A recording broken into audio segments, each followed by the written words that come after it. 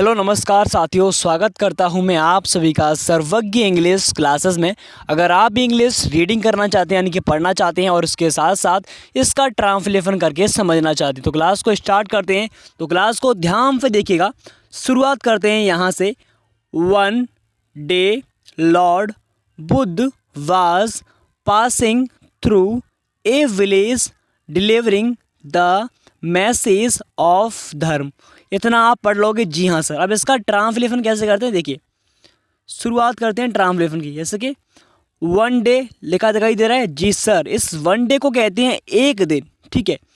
और लॉर्ड कहते हैं भगवान, बुद्ध कहते हैं उनका नाम है, वॉज कहते हैं थे, पासिंग कहते हैं गुजर रहे, और थ्रू, इस थ्रू का अर्थ होता है, थ्रू कहते हैं पास से, ठीक है।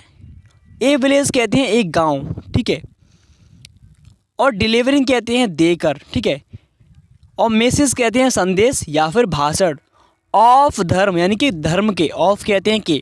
अगर पूरे का अर्थ निकालते हैं तो इसका अर्थ होगा एक दिन भगवान बुद्ध एक गांव से गुजर रहे थे, क्या करके, भाषण देकर। किसके, धर्म के, ऑफ धर्म, ठीक है। तो भगवान बुद्ध धर्म के भाषण देकर एक गांव से गुजर रहे थे। इतना आप समझ चुके होंगे, आशा करता हूँ इतना आप क्लियरली समझ चुके होंगे। अब आगे पढ़ना स्टार्ट करते देखिए। On the way he sat under a tree to rest. Okay. अब यहाँ पर फिर से फुल स्टॉप है, तो यहाँ तक इसका अर्थ निकालते हैं और ट्रांसलेशन करते हैं। देखिए, अगर समझोगे, अपनी तीव्र क्षमता को जितना तेज़ करोगे उतनी गारंटी है मेरी, आप सही तरीके से इंग्लिश रीडिंग कर पाएंगे और बोलना भी एक दिन सीख ही जाएंगे गारंटी से। अगर ध्यान से अपने दिमाग को तीव्र बनाते हो तब।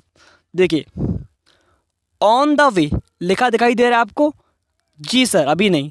ऑन द वे, इस ऑन द वे को कहते हैं रास्ते पर या फिर रास्ते में, ऑन द वे, ठीक है। और ही कहते हैं वह, सी है। सेट का अर्थ होता है बैठ गए। अंडर लिखा दिखाई दे रहा है, हाँ सर, इस अंडर को कहते हैं नीचे। और ए कहते हैं एक, ये तो आपको भली बात ज्ञात होगा। और ट्री कहते हैं वृक्ष या फिर पेड़। टू रेस्ट कहते हैं आराम करने के लिए, टू रेस्ट। अगर हम शुरुआत में टू लगाते हैं किसी वर्ब, रेस्ट कहते हैं आराम करना, तो टू रेस्ट आराम करने के लिए। या फिर हम गो कहेंगे तो जाना होता है, लेकिन गो के सामने, गो हमारी एक वर्ब है, गो के सामने टू लगाएंगे तो जाने के लिए, टू गो। ओके। उसी प्रकार से किसी वर्ब के सामने टू लगाते हैं तो के लिए का प्रयोग करते हैं, ठीक है। देखिए आगे, इतना पहले इसका अर्थ निकालते हैं। तो ऑन द वे यानी कि रास्ते में, ही वह, set under a tree to rest, रास्ते में वह एक वृक्ष के नीचे, अंडर कहते हैं नीचे, ध्यान देना, ठीक है। इस अंडर का अर्थ क्या हुआ, नीचे, आराम करने के लिए बैठ गए। इतना आप समझ चुके। जी सर। आगे देखते हैं। देखिए, देयर बाज ए ब्यूटीफुल पॉन्ड, ठीक है, नियर द ट्री। अब देखिए सर, देयर का हमेशा क्या करते हैं, यूज़ करते हैं, यानी कि प्रयोग करते हैं, इसका अर्थ नहीं निकालते हैं, ठीक है। और वॉज, यहाँ पर वॉज दिखाई दे रहा है, हाँ सर, वॉज कहते हैं थे, ए कहते हैं एक, ब्यूटीफुल कहते हैं सुंदर, पॉन्ड कहते हैं तालाब। ध्यान देना है, शब्दों को समझना सीखिए। आपको वोकैबुलरी पढ़ने की कोई आवश्यकता नहीं, अगर आप इस तरह से समझ जाओगे तो। पॉन्ड कहते हैं तालाब, ठीक है। और नियर कहते हैं, आप जानते होंगे, पास। और ट्री कहते हैं वृक्ष। ओके। अब देखिए, तो उन्होंने क्या देखा, एक सुंदर, ब्यूटीफुल क्या कहते हैं, सुंदर कहते हैं, तो उन्होंने सुंदर, और पॉन्ड कहते हैं तालाब, नियर मतलब पास, और ट्री मतलब वृक्ष, तो उन्होंने वृक्ष के पास एक सुंदर सा तालाब देखा। हाँ, ओके। पास था, नियर कहते हैं पास, पास में था, और वॉज कहते हैं था। ओके। अब आगे देखते हैं स्टाइल से।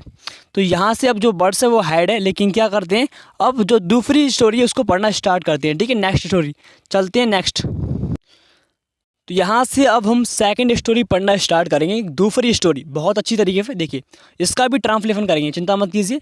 देखिए, पढ़ना स्टार्ट करते हैं, साफ साफ बोलिएगा। Once upon a time there lived two cats. अब जिस पीछे फुल स्टॉप है वहाँ तक इसका अर्थ भी निकालेंगे और ट्रांसलेशन करने वाले। देखिए, वंस अपॉन अ टाइम, इसका अर्थ होता है एक समय की बात है, यानी कि वंस अपॉन अ टाइम, एक बार की बात है या फिर एक समय की बात है।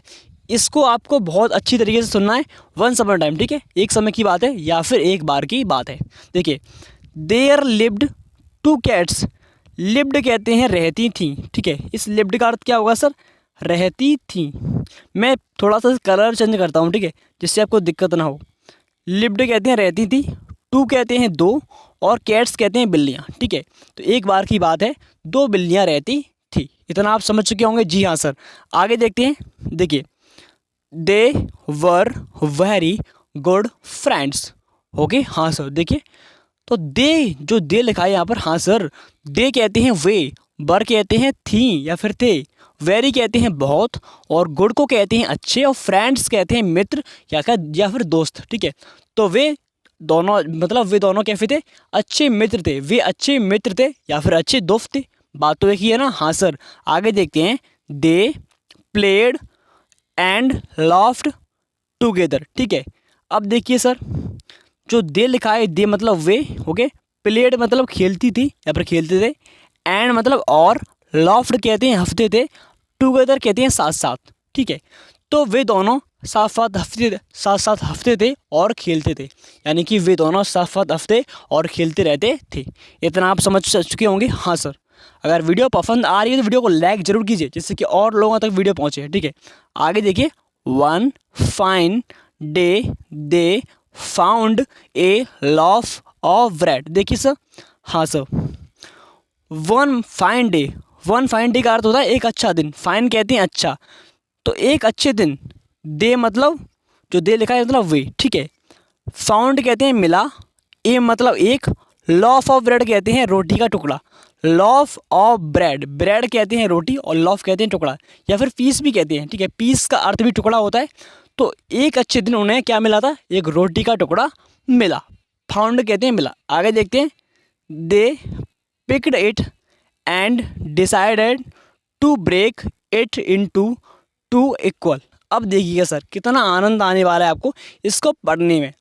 देखिए कैसे पढ़ते हैं इसको।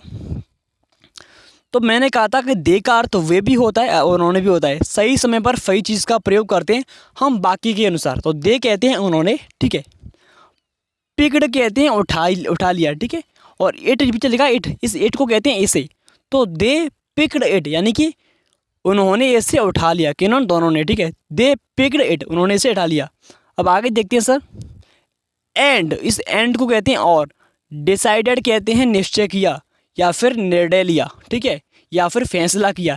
मैं आपसे कह रहा हूँ कि एक वर्ड्स के इंग्लिश में बहुत सारे अर्थ होते हैं। डिसाइडेड का अर्थ क्या होता है? निर्णय लेना, फैसला लेना या फिर निश्चय करना, ठीक है।